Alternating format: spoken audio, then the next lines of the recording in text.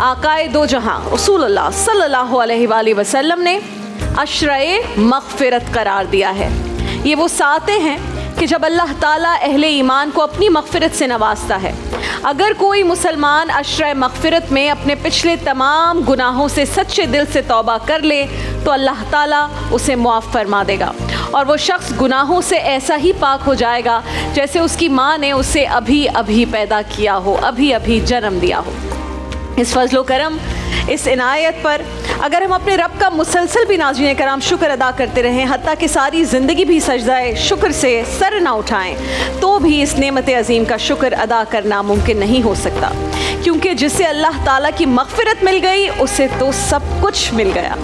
वो हश्र के मैदान में गुनाहों की पूछगछ से बच गया, वो यौम क़यामत की सख्तियों से बच गया, वो यौमुद्दीन की हौलनाकी से महफूज हो गया, वो पुल सिरात की तेज़ और बारीक धार से बच गया और मीज़ान अमल में उसकी नेकियों का पलड़ा भी भारी और वज़नी हो गया। सुभान अल्लाह। इस मुबारक अशरे में अल्लाह गफ़ूर रहीम इरशाद फरमाता है कि है कोई मुझसे मांगने वाला जिसे मैं अता करूं, है कोई मग़फ़िरत चाहने वाला जिसे मैं मुआफ़ कर दूं। नाज़रीन मोहतरम, ऐसा एक बार नहीं होता बल्कि इस अशरे की हर रात में होता है। आकाए दो जहां मोहम्मद मुस्तफ़ा सल्लल्लाहु अलैहि वसल्लम फरमाते हैं कि जब बंदा कोई गुनाह करता है तो आसमान अल्लाह ताला से अर्ज़ करता है, ए अल्लाह तू मुझे इजाज़त दे कि मैं इस पर टूट पड़ूं। फिर ज़मीन कहती है, ए अल्लाह तू मुझे इजाज़त दे कि मैं इसे अपने अंदर धंसा लूँ। ज़मीन और आसमान की फरियाद सुनकर अल्लाह फरमाता है, ए अर्श और फर्श, अगर ये तुम्हारी मखलूक है और तुम इसके खालिक हो तो तुम्हें इजाज़त है, और अगर ये मेरे बंदे हैं और मैं इनका खालिक हूँ तो मेरे बंदे का मामला मुझ पर छोड़ दो। मैं इस बात का इंतज़ार करूँगा कि ये मुझसे रुजू कर लें और अपने गुनाहों की मुआफ़ी मांग लें। सूरह यूनुस में हज़रत यूनुस अलैहिस्सलाम की कौम का जिक्र भी किया गया है। जब अल्लाह का अज़ाब उनके करीब आया और जब उन्होंने अपनी आँखों से उस अज़ाब के आसार देखे तो पूरी कौम अपने घरों से बाहर निकल आई और अल्लाह ताला से गिड़गिड़ा कर मुआफ़ी मांगी, जिस पर अल्लाह ताला ने उन पर से वो अज़ाब टाल दिया। और हक़ तो ये है कि अल्लाह की रहमत तो मुआफ़ करने का बस मौका ढूंढती है। जब किसी बंदे से कोई गुनाह सरज़द हो जाए तो वो रहीम व करीम उसे मोहलत देता है कि शायद अब भी ये मुझसे मुआफ़ी मांग ले, शायद अब भी ये मेरी तरफ रुजू कर ले।